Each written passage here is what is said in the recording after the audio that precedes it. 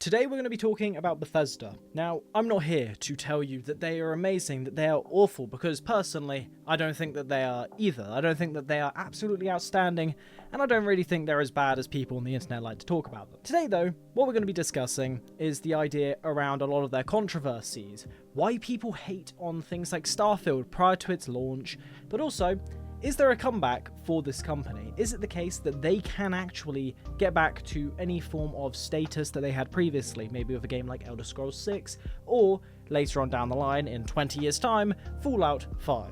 So the first place to start when discussing Bethesda and the idea around them is I'm going to take you back for a moment. Let's take you to something like 2013.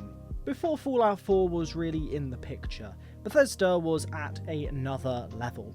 They were received as one of the best in the industry. They were one of the only companies at something like E3 who had their own proper panel alongside Microsoft and Sony. And I think because of that, there was a level of like, these guys can't be touched, and I kind of want to see their downfall. Everyone likes to see the big guys lose at the end. One of the biggest controversies around, Bethesda, before anything else, was Fallout 4, which, let's just talk about Fallout 4 for a moment. This game, and one thing I'd recommend as well, is there is a creative friend that I know called Brad. He made a great video talking about this, would recommend it. Kind of Brad at this on YouTube made a great video talking about exactly this idea, which is Fallout 4. This guy here, Dan Stapleton, he made his review. It got given a 9 out of 10, I believe. If I scroll all the way down to the bottom, 9.5 out of 10. Basically, really great game. This is the same people that people, will say all their reviews are just fudged and all this. Before we talk about that, I'm just going to put this in here just for future reference. Starfield review.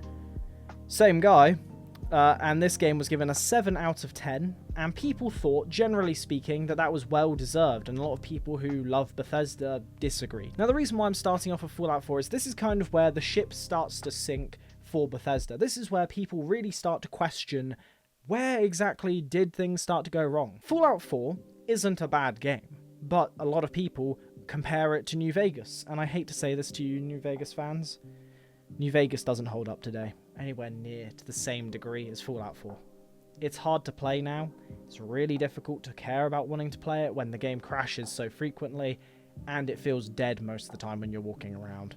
It may have some of the best RPG mechanics, but fundamentally, if the game doesn't work, then people aren't going to care about wanting to play it that much. That goes for the same with Fallout 3. Fallout 3 is a game that people struggle with because of its structure and the fact that it's really hard to play. But Fallout 4 seems to be where it kind of starts to go downhill. And this is because people are like, this is the first big flop of Bethesda Game Studios. Skyrim was their last big game and now they've flopped. And then we kind of walk into the next territory of things. Now, when we're talking about this, what we really mean is this right here. This is a screenshot that I've taken for this video specifically. The releases of Skyrim. We've got the original release in 2011, 11/11/11, which was on PC, Xbox, PlayStation 3. Then we've got the next-gen versions, which came out in 2016. Then the Switch version that came out in 2017. Then the versions that came out on the year release. Well, the 10-year release. We then got it on, the Alexa. Shit, it activated. Shut up, please. Okay, cool. I was trying my best not to activate my Alexa. But, when it comes to it, it's the case that they re-released Skyrim a few times. We had the original, we had the Anniversary Edition, we had the Special Edition, and we also had the Legendary Edition. These are kind of like the four main ones. The Legendary Edition is like any other, and what I mean by this is that if you look at any, game at all across the board, they always have some form of like main package deal. This game was called the Legendary Edition. It just meant that you got all the DLCs plus the main game all put together. Then we had the Special Edition that brought the game up to 64-bit and allowed way more mod compatibility. I believe it was 64-bit. Let me double check. Yeah, 64-bit. 64-bit, which meant that the mods could look even better, way more stuff could be done to the game, and it also gave in to a thing that became the next big controversy for Bethesda. The Creation Club. And this thing right here was probably one of the bigger screw-ups, supposedly, of Bethesda. Now, this is my personal opinion. I don't really see an issue with paid mods, and I don't really think people generally have an issue with the idea of paid mods. I think what people have an issue with is more along the lines of Bethesda making money out of other people's work. And I kind of agree with it, I kind of disagree with it. When it comes to it, if you look into it, I believe it is something along the lines of a 25 or 30% split. So Bethesda still walk away with like 70 to 75% of the entire thing. Obviously, developers who want to monetize their content are just greedy. The argument goes that content developers who previously worked for free are being greedy in seeking to monetize their work. By way of background in the modding community, there are two groups of people. Content developers, a small group of people who created their content in their spare time, and content creators, a larger group of people who use their content of others but create no content. For example, the relationship between the two groups. Basically, it's the case that people are unhappy with the idea of, mods that were free previously now, existing to be paid for. And this was something that Bethesda didn't really get, basically, I believe they ended up caving slightly, and they ended up not fully utilizing it for a long time. They brought it back very recently fully, and they brought it into Fallout 4 very recently. This issue of, paid for mods was pretty much a tip-top, it was a scratch on the surface of what was to come. Really, what was to come for Bethesda was this, Fallout 76.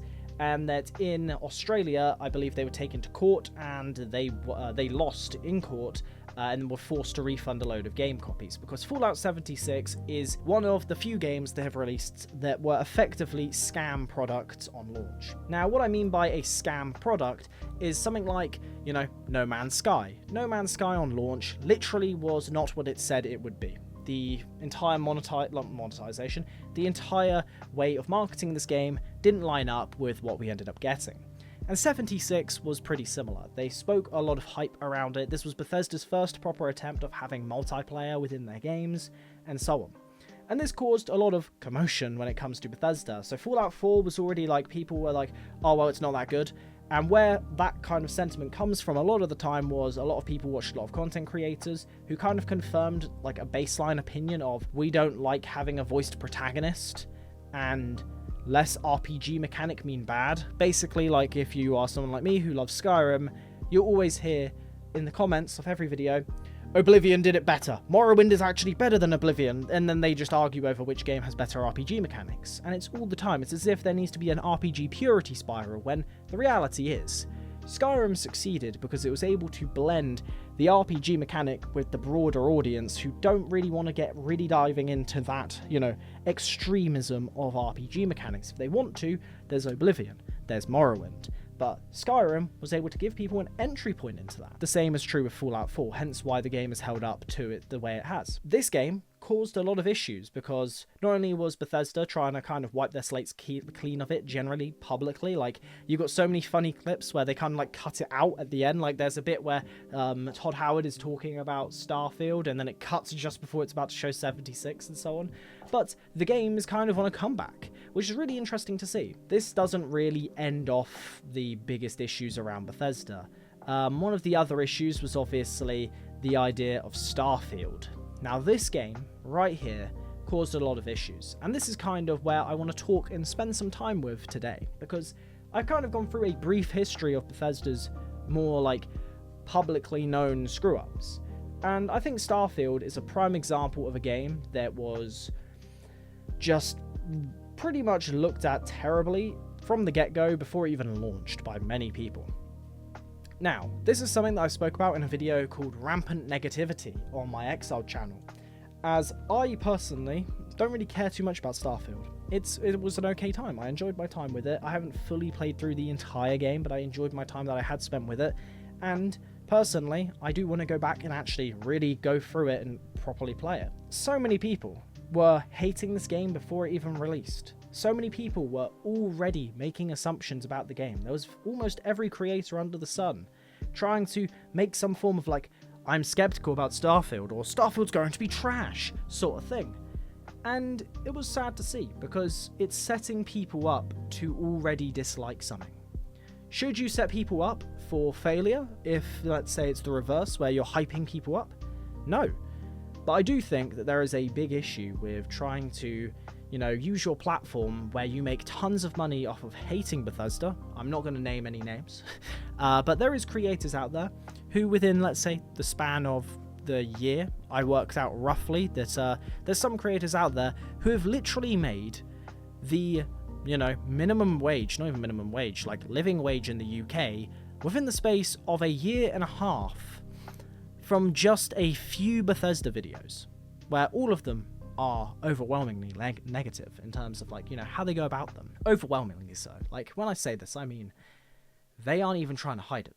They just hate Bethesda, and they give other companies the benefit of the doubt. And it's something that we saw around Starfield in particular. And more importantly, with this video, I want to really discuss this idea of, Bethesda's hate and whether or not I think some of it's actually justified. So let's take the first big controversy that I mentioned. Fallout 4. No. This game wasn't bad. It wasn't amazing. It wasn't the best thing ever made. But it's by far one of the best in terms of, a game that holds up to today's standards of a game. 100%. It does really good. It's a really good game, especially if you want an entry point into the Fallout franchise. It may not have every single RPG mechanic that you love, but it does really good jobs.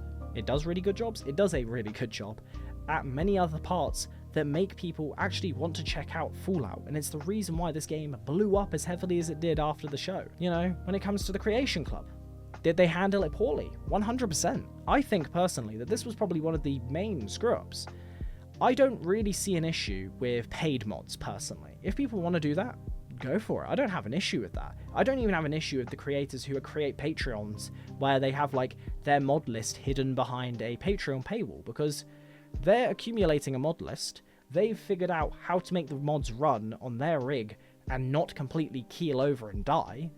So they've set up something. They've put time and energy into something. I don't really see an issue of making money off of it. But they did go about it the wrong way. They definitely did. They should have either made the prices a little bit lower, but also they should have given way more of a split towards the people making the mods. In my opinion, a 30% or 25% split isn't good. It should be like a 50-50 minimum. Considering YouTube gives us, as creators, a 60-40 split of ad revenue, as in we walk away with 60%, I think personally, I don't see why, Bethesda can't do the same with paid mods. 76, this is one of the biggest and obvious ones. This is a screw up and a half. This is not even, I can't defend this in any way. This is terrible. We saw something get made that was pretty much an entire lie. Well, not an entire lie. It was a lot of lying in terms of false expectations being built up for this game to be sold, and then there was no NPCs and stuff like that.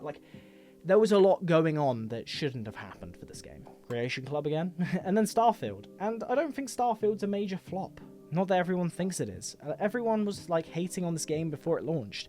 I remember seeing TikToks on my phone. I was sat there on the toilet going like this, and I'm there oh, there's TikTok about Starfield, and you open the comments and it's this game looks trash. I haven't even seen gameplay yet, but it looks trash. I've heard that it's trash. The loading screen is shit. What sort of stuff is this? And this is going to bring me to kind of the final 2 points of this video. Can Bethesda make a comeback with Elder Scrolls 6? And the state of modern day gaming as a culture. So I'm going to tackle that first point first. Can they make a comeback? 100%. In my opinion anyway, they can. At least with Elder Scrolls 6. A lot of the reason why people dislike a lot of what's happened with stuff like GTA Online and with Skyrim in particular, I was really struggling to get that out, Skyrim in particular, is that, Skyrim's had re-release after re-release. It's been a decade. There hasn't been a new entry to the Elder Scrolls franchise. But when it comes to GTA Online, it's been around for over a decade now with no new entry to the franchise. People want GTA 6, people want Elder Scrolls 6. So there is these hate towards the old products because people want the new thing. So there's that. But Elder Scrolls 6 has the potential to be one of the best games in the Elder Scrolls franchise. It's one of the few games that I'm going to be 100% pre-ordering. It's also one of the games that if I was to, end up working again, because currently I am a full-time content creator, for anyone who doesn't know, if I end up having to work again, I will definitely be getting a week off work to play Elder Scrolls 6. I don't really think that they can screw up massively with Elder Scrolls 6. Really, what they need to do is just make it Skyrim, make it look better, add a few more mechanics, bring in the modding community, as they've already done. They've already brought in previous modders who've made great mods and brought them into their actual team, but they should do it more often and actually dedicate them to making more stuff that would be cool to see within Elder Scrolls 6. And hopefully they do. Hopefully we see it. As we know, Todd Howard's last game will probably be Elder Scrolls 6, and I hope that it's a great game overall, and especially for him. I don't hate him. I think a lot of people hate him online. I think the hatred towards a single person because they make a product you dislike is a bit over the top. And I personally do feel kind of bad for him at times. Like, when you see how, like, genuinely shocked he is that people are praising Fallout, the show, that seems like a guy who feels like he has been beaten the living shit out of by the internet and finally has something to be proud of. But let's talk about that final point, the space online right now. This is something that I'm going to be discussing in another video essay coming out on the main channel soon, but gaming right now is in a very just mediocre place when it comes to online content creation. Everyone is so overwhelmingly negative. It gets them money. There is a few channels, I'm not going to specify who I'm on about, some people will know who I'm on about, but there is some channels out there that will literally make, and I'm not over exaggerating here, they will literally make near to $60,000 a month from content that is branded inherently as negative. And what I mean by branded negative is that the thumbnails, the titles, and the first opening, like, minimum 15 minutes of the video is overwhelmingly negative, and it's kind of confirming all of those biases that people may have. And you can see it through these people's comment sections of this breeding ground of hate. And it's something that I find really sad to see. And this, in my opinion, stems from a couple things. I've mentioned this in my video that's going to be coming out soon. One is that people have lost faith with the developers and the studios because obviously they've had multiple screw-ups now, so people have lost faith in getting hyped for things. That's one thing, so it's not entirely the creator's fault. But the other is that it's easier to jump on something and hate something because of its technical issues than focus on how something makes you feel.